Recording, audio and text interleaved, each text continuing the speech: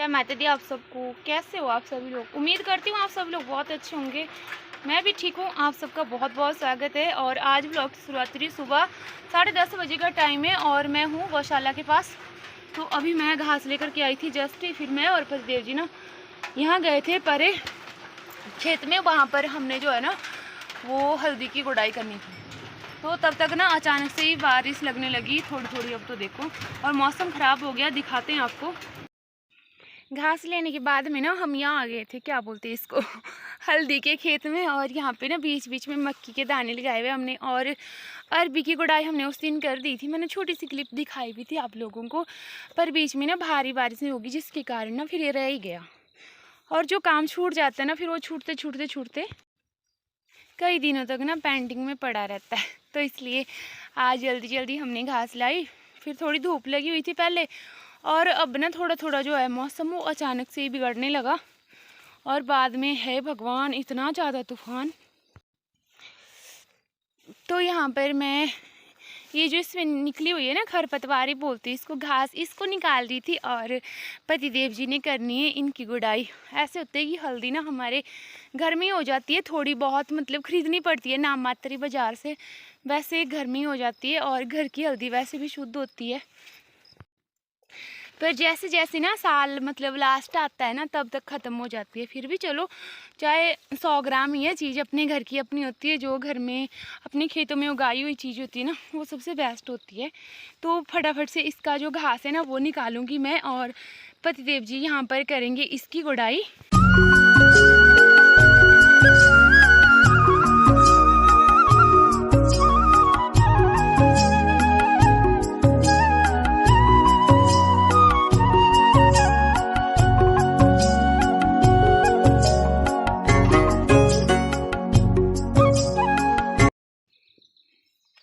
तो हमारी गुड़ाई आज भी कंप्लीट नहीं हुई क्योंकि तूफ़ान और आंधी ज़ोर ज़ोर से।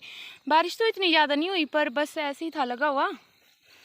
तो फिर हमने ना बीच में काम बंद कर दिया। और बीच में जो है पतिदेव जी को कॉल आ गई थी तो उनको वहाँ पे जाना पड़ा। और मैं दौड़ दौड़ के लगी पशुओं को इकट्ठा करने, क्योंकि मतलब एकदम से ही रात होगी। ना आगे को दिखाई दे रहा था कुछ, ना पीछे दिखाई दे रहा था। और जो भी काम थे ना हमारे वो हमने जल्दी जल्दी निपटा लिए क्योंकि 9 तारीख के बाद 15 तारीख तक मैं बहुत बिजी हूँ। 10:30 बजे और देखिए कितना खतरनाक वाला जो है ना तूफान आ रहा है।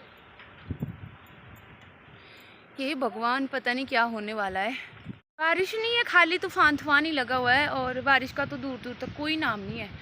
पर ये जो तूफान है ना इससे मुझे बड़ा डर लगता है। ऐसा ना हो कहीं मैं ही उड़ जाऊँ। अचानक से ये क्या हो गया और मैं इसको ना खींचे जा रही हूँ, ये पीछे पीछे हटता जा रहा है, नहीं दौड़ा जा रहा इससे। मेरे जो बाल है ना वो भूत की तरह बने हुए हैं ना। तो जैसे तैसे करके ना मैं इसको ले आई क्योंकि इसकी मम्मा तो जंगल में होती है, ये बेचारा घर में ही होता है। और तूफान ने मुझे भी घेर लिया रास्ते में आज।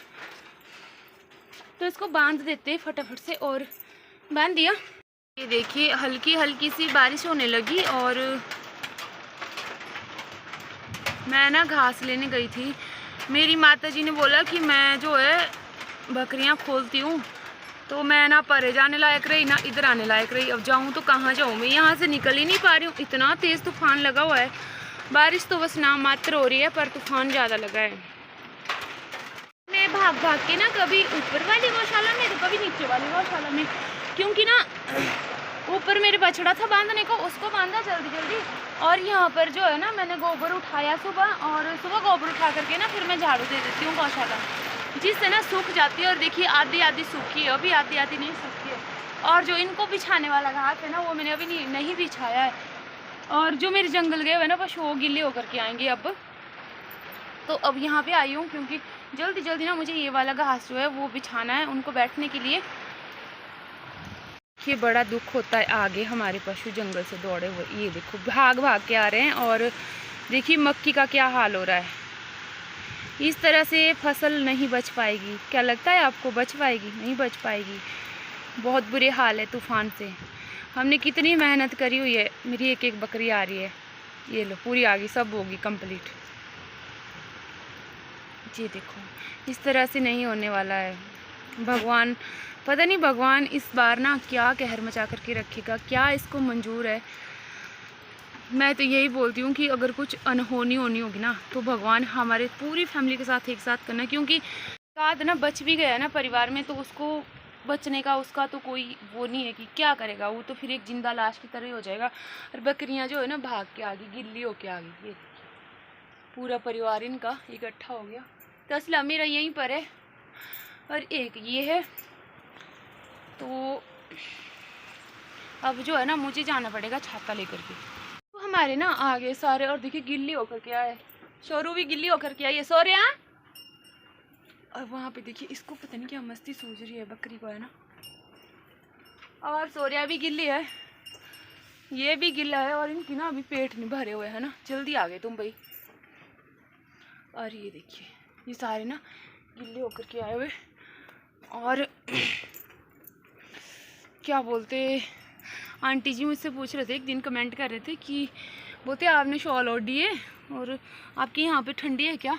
तो जब ऐसे मौसम हो जाता है ना अचानक से ही तो बड़ी ठंडी लगती है। और सच में ये देखिए मेरे जो हाथ है ना सच में ठंडे हो गए।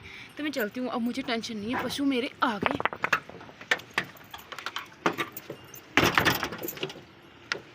दरवाजा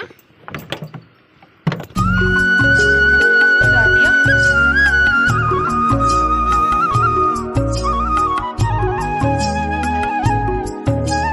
शाम का टाइम है और दिन में आंधी तूफान खूब चला, उसके बाद में जो है ना मौसम साफ हो गया और धूप लगी अच्छी। ये देखिए अब तो जो है ना पूरा आसमान एकदम से फिर से साफ हो गया है। पर हमारे यहाँ पे ना ठंडी का मौसम जो है वो स्टार्ट हो गया। पर मुझे तो लगती है ठंड मेरे को और वंशु को, हमने निकाली हुए गर्म कपड़े। और चेतन तो हमने जो है ना वो कोटियाँ निकालनी शुरू कर दी है। और मैं ये लेकर के जा रही हूँ, ये मुझे किसी को देना है। और क्या इसमें अब दिखाती हूँ। ये जो है ना फ्रेंड्स ये गिलोय है और ये बड़े काम की चीज़ है। इसकी दवाई बनती है और इसकी दवाई जो है शुगर में भी काम आती है, और किसी को अगर पी लिया हो उसमें भी काम आती है, और अगर बुखार हो उसमें भी काम आती है। और हमने ना इसको कोरोना टाइम में बहुत ज़्यादा चबाया है। ऐसा कहते हैं कि इसमें कीटाणुओं से लड़ने की जो इसमें ना वो ताकत बहुत ज़्यादा होती है। और हम इसको ना अपने पशुओं को भी खिलाते हैं। ये घास जैसा होता है, ये देखिए, पर ये बड़े काम की चीज़ है। तो ये किसी ने मंगाई थी, किसी को चाहिए दवाई के लिए, तो वही हमने जो है आगे जा कर के देनी है। ये देखिए करीब से कुछ इस तरह की ये दिखती है। और अगर किसी को मोटापे की शिकायत हो ना, या किसी का जो आजकल हमें समस्या होती है ना, हमारा पेट फूल जाता है, तो उसको भी ये अंदर की तरफ घटाने में मदद करती है। इसका सेवन या तो फिर रात को ठंडे पानी में भिगो करके रखते हैं, सुबह खाते हैं, चबाते हैं इसको, या फिर इसका काढ़ा बना करके खाते हैं, क्योंकि इसकी जो तासीर होती है वो गर्म होती है। तो चलते चलते हम पहुंच चुके हैं काफ़ी आगे, और अब हमें ना थोड़ा सा ही दूर जाना है यहाँ से। और देखिए सड़कों के तो ये हाल है, बहुत बुरे हाल है, चारों तरफ खतरा ही खतरा है आजकल वैसे भी, क्योंकि जगह जगह ऊपर से जो है ना वो लैंडस्लाइड हो रहे हैं। और आप लोग भी अपना ध्यान रखिएगा, क्योंकि इतना ज़्यादा खतरनाक तब नहीं होता जब बारिश हो रही होती है, तब तो हम अपने घरों में होते हैं। पर ख़तरा तब होता है जब धूप लगी होती है, क्योंकि वहाँ पे जो जगह होती है ना वो पहले से बैठी होती है और ना जाने वो कब जैसे गिर जाए। तो आप सभी लोगों ने भी अपना ध्यान रखना है। और ब्लॉग को यहीं पे ख़त्म करते हैं, फिर मिलेंगे नेक्स्ट ब्लॉग में। जय माता दी, बाय बाय।